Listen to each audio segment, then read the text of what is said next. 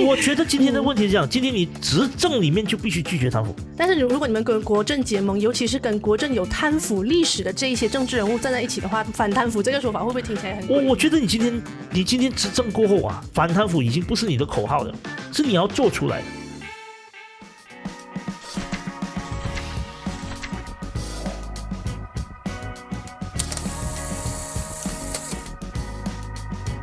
Hello， 你好，我是诗妮，你正在收听收看的是由 BFM 财经为你制作的财经拷问。今天要接受拷问的是民主行动党副秘书长刘振东，我们来听听他对6州选举的想法和分析。好，我想刚刚振东呢给了我们对马来西亚经济未来发展的很多的想象，那所以我们其实必须要期待的是8月所要推出的这个所谓的贸工部的发展大蓝图，到底可不可以拉马来西亚一把，让我们可以成功的搭上第2次经济起飞的列车。那我现在要把焦点呢转向6州选举了。那其实你在接受很多媒体采访的时候都表示说，联合政府呢是有3个阶段的使命的，分别是联合执政、联合参选还有联合建国。那目前你提到的事情是说，联合执政看起来应该是成功了，然后部长之间没有吵架嘛，对不对？那现在要面对的是联合参选，未来是联合建国。可是这个听起来是一项非常长期的计划。我想知道希望联盟其实真的有将国政视为长期的政治合作伙伴吗？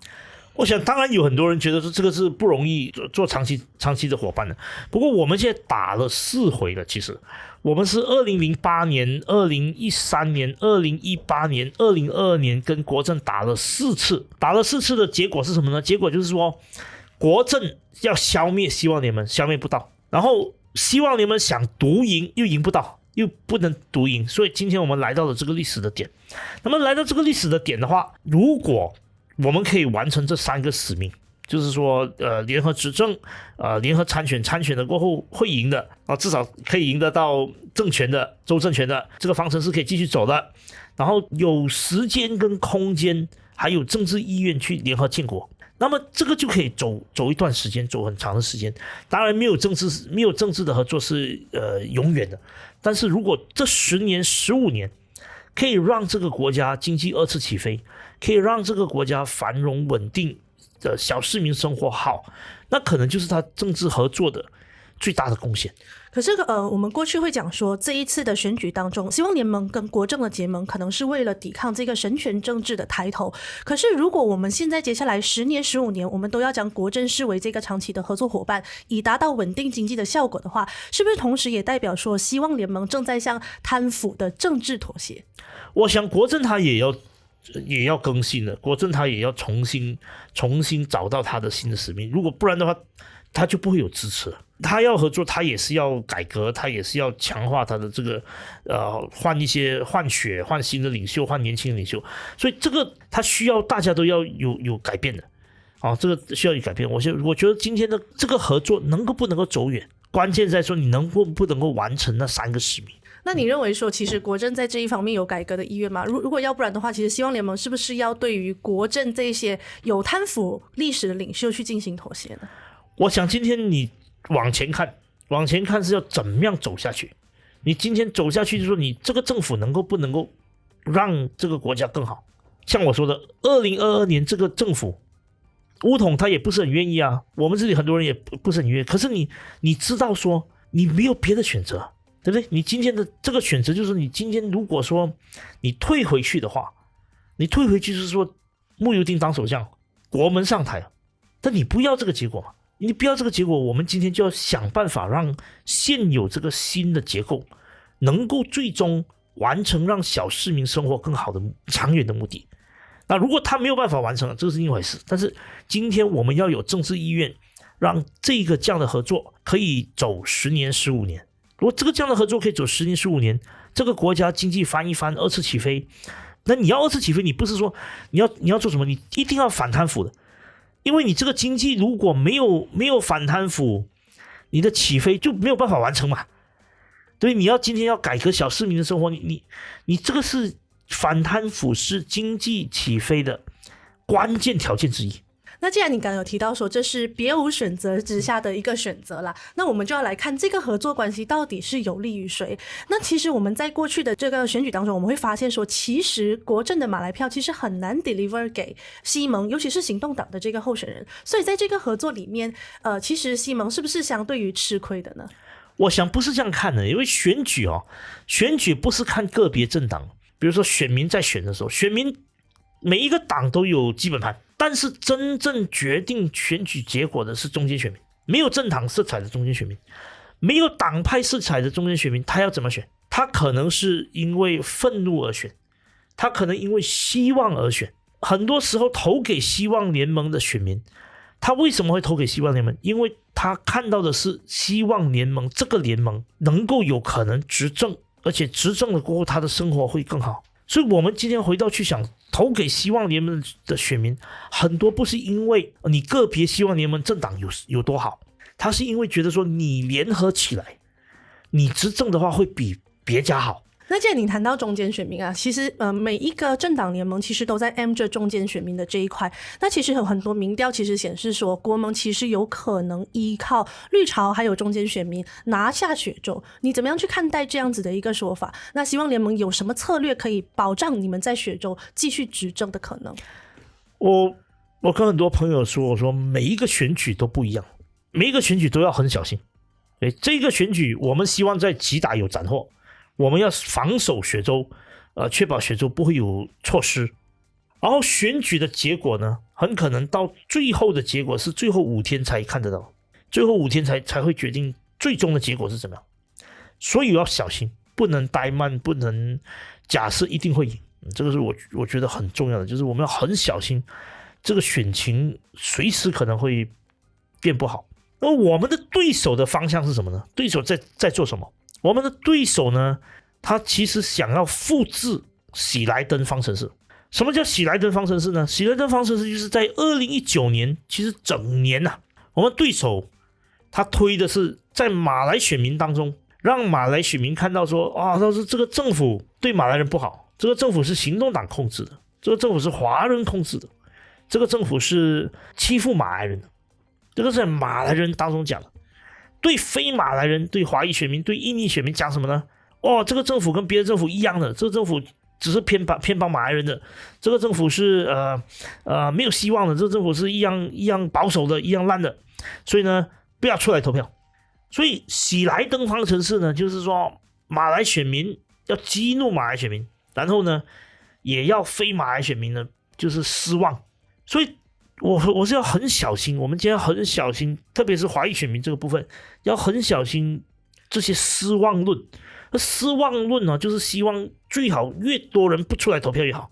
大家不出来投票，国民就有机会赢。那既然你讲到这个所谓的失望论那我就有一个失望想要来问问你啦。之前行动党的秘书长陆兆福一直说，雪州的行动党的议席会完全的被保留下来，就是说行动党其实应该要在雪州上阵16个州议席，但是宣布了之后其实只有15个，其实把这个杜顺大已经让出来了给巫统。那其实你认不认同，其实这个就是第一个失望，就是行动党没有办法保住自己原本的16个州议席。我们在一个联盟里面，2018年希望联盟当时包括土团的希望联盟在雪州赢了56个州议席当中的52个。那么这个议席谈判过程当中呢，每一次其实每一届选举，我是从1999年就开始在旁边看人家怎么谈，然后2008年我是议席谈判的秘书，当时是陈国伟跟郭淑庆去谈。那这些年来议席谈判呢，它最终都会有一些妥协的。所以这一次的这个安排就是说，行动党让出这个席位，然后呢，由行动党拿议长的席位，不用放州议员，这个是妥协的安排。我们大家看行动党大家没有看到公正党让了几个议席给巫统公正党在每一个州都让议席给巫统，诚信党在每一个州都让议席给巫统，因为你要把这个合作关系弄上来嘛。所以这个首相这样决定这个交换的方式，行动党秘书长说 OK， 他接受这个安排。当你在议席谈判联盟的时候，为什么你为什么去接受这个？因为你要最后形成联盟效应。没有人高兴的，因为这个你问公正党，公正党其实他基层是很不高兴的，每一个都讲了很多机会给巫统，然后这个诚信党更不高兴了。诚信党在吉兰丹跟丁加州他是主导的嘛，现在他变成老二嘛。政治联盟议席谈判一定会有一些人一定会顺得哥而失少一，但是你最终要什么？最终我们要联盟效应，我们要最终形成让选民看到说我们是最大的联盟，而我们是最有条件通过团结政府稳住政局，创造稳定，创造繁荣。我想其实大家应该都有看到各政党在各州出让议席的这个部分啦，只是因为说你今天代表行动党来的话，我就只能问你行动党的部分。那其实我们的想法其实讲，我觉得行动党我们这一代人我是2008年中选的，陆兆福是2004年中选，然后他是2008年中选国会议席。其实我们这一代人从我们一开始参与投入前线的工作，就2008年开始我们都有联盟的思维的。就是2008年行动党当时的秘书长林冠英在2008年的党大会说2件事情。他说，第一，行动党要有心理准备，要有心理建设，要有努力去最终成为中央政府的一部分。2008年讲了。第二，他说我们都不能够单打独斗，一定要参与联盟。我们曾经跟伊斯兰党结盟，我们跟公正党长期的结盟，我们都在尽最大的努力创造联盟效应。联盟意思说什么呢？就是说你承认你自己一个党没有办法单打独斗。第二，当你要结盟的时候，你就知道说为什么你跟他结盟，你不直接叫他全部加入你的党就好，因为就是说你有差异，你要处理差异。我们跟公正党是不一样的党，如果我们要讲不高兴一定是有一些事情我们不高兴的吗？可是为什么长期可以合作？因为我们知道说，如果公正党单打独斗，如果行动党单打独斗，我们就会分崩离析。郑董，其实我从你刚刚的论述里面来说，看起来希望联盟是很有意愿跟这个国政在未来的10年到15年，也就是2届到3届的政府里面去做合作。但是可能外界会质疑的一个部分是，国政有没有跟你们有 same mind， 未来的2-3届还想跟希望联盟合作？那如今希望联盟用出让议席这种方式，让国政羽翼渐丰了之后，如果有一天他把你们一手甩开的话，你们怎么面对这个惨局？其实他也出让议席如果你从他的角度，现在是重写游戏规则的。你从国政的角度他其实把所有马华跟国大党的议席全部出让给我们的嘛。你从他的角度，所以这个说法不能够说我们出让议席，因为我们现在其实是在重写游戏规则。2018年跟2022年的所有的选举，这2届大选和中间的所有的州选其实都是三角战结构。然后现在重写这个游戏规则变成1对1，那要变成1对1是说国政他要牺牲我们要牺牲所以从我们这边的角度，我们当然是我们出让议席从国政的角度，其实他也是在出让议席嘛。你如果大家都要打165个就不用打了嘛，就三角战了嘛。所以今天有逼于无奈的部分，但是也有创造新政治秩序的可能。但是当中有一些领袖很清楚知道，This is a long haul， 这个是一个长期重塑政治秩序的努力，有成功的可能，有失败的可能。如果我们没有办法联合执政天天吵架，政府分崩离析，这个就结束了如果你能够赢选举，能够联合执政，可是你没有政绩，没有改变，没有办法联合建国，那你最后选民会唾弃你。所以我想大家都很清楚，它是有可能重塑新的政治秩序，而这个重塑得到的话，就能够维持很长时间。那既然你想要建立一个新的政治秩序的话，那其实一定要结盟，那也一定要保住你现在的盟友，也就是国政。那所以行动党过去很常使用的所谓的拒绝贪腐、拒绝滥权这样的说辞，已经不再能够用来说服选民了，因为可能会打脸所以我觉得今天的问题是这样，今天你执政里面就必须拒绝贪腐。也就是说，你这个政府像我说，你的经济2次起飞，其中一个最重要的基础是反贪腐。但是如果你们跟国政结盟，尤其是跟国政有贪腐历史的这一些政治人物站在一起的话，反贪腐这个说法会不会听起来很诡异？我觉得你今天执政过后执政过后你反贪腐已经不是你的口号了，是你要做出来的。你更关键的是今天你执政过后，你端出怎么样的政策。所以今天执政过后，选民要看你怎么样治国，你怎么样建国。没错，所以刚刚郑董你提到说，因为你们现在已经不是在门外喊的人了，你们是在位置上要制定政策的人，所以你们的政策会是大家评估要不要继续选你们的很大一个依据嘛。可是希望联盟在执政了之后，其实似乎感觉起来变得更保守了，包括说希望联盟对这个性少数群体的打压是在你们上任以后发生过最多次的一个状况，而且安华他对于我们到底是世俗国家还是神权国家的这个定义也解释得非常的模糊不清。所以这个是不是其实是希望联盟试图再去扩大基本盘的一个表现？那你觉得这样的一个方向是对的吗？我觉得今天我们要回到哪一个问题啊？就是说这个国家本来就一定要取中间的。今天我们不能够想象说这个国家它会是最自由，全世界最自由的国家。但是这个政府不会是马来西亚国内光谱里面最保守的政府。我觉得今天这个选民的想法他要有调整的，包括我们这想法要有调整。我们不能够站在要求这个国家成为全世界对性少数、对所有人最自由的国家。你这个条件做不到，为什么？你今天往最自由的方向去走了你就会有反弹了，因为你社会有很多保守的实力嘛。你这个反弹呢就会撕裂。所以你做政府你是在中间的，你要不要这个国家成为最保守的国家，你要拉那个线，你不能够成为最自由的国家。那你觉得我们现在有把这个平衡点抓好吗？因为这个平衡点是你在这个中间里面挣扎的，因为你的对手在用最保守的方式来煽动。可我们今天是希望能够减少文化战争，也就是你不要这个国家从最保守跟要求最自由的人对立，因为这个最后是撕裂的，而且撕裂的结果就是喜来登模式，撕裂的结果就是你最终会变成说保守势力抬头。它是一个平衡的，而这个平衡是困难的，因为这个平衡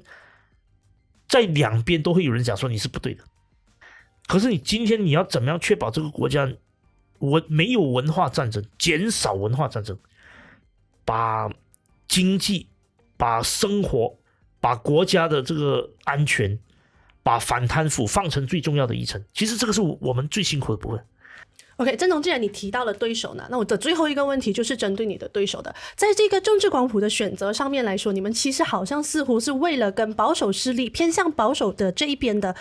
国政合作，而拒绝了可能比较倾向开明的穆大。那穆大现在跟 PSM 合作了之后，成为了第三势力的一个结盟。所以你如何看待这个第三势力的结盟，而且是相对于这个多元包容、更加勇敢去表态的这个结盟，对于希望联盟所造成的一个威胁？我想穆大他的或者是他基本上是在我们的这个光谱里面怎么说，他尝试复制我们在过去10几年的位置，他可能会成功，可能会不会成功，关键不在他们，关键在这个政府不能够说服选民现在给我们到5年的终点给我们去表现。所以你问我觉得说今天穆大成气候不成气候，关键不在穆大，不在其他政党，关键在选民是否接受说这个政府是需要给他到5年的结束来做判断。好，所以总而言之就是说，最后还是回归到选民各自的选择啦。不过郑董其实也给了我们今天很多这个6州选举的分析。那6州选举迫在眉睫，2个星期过后就要开始举行了。那最后就可能可以看出选民这一次在6州选举当中对西蒙的第一次可能是小测评的成绩单。那非常感谢你今天的收听收看。财经拷问呢是 BFM 财经制作的节目，你可以在财经的网站 caijin.my BFM 的网站或者是 BFM 的 APP 以及各大的博客平台收听到我们的节目。我们下次见，拜拜。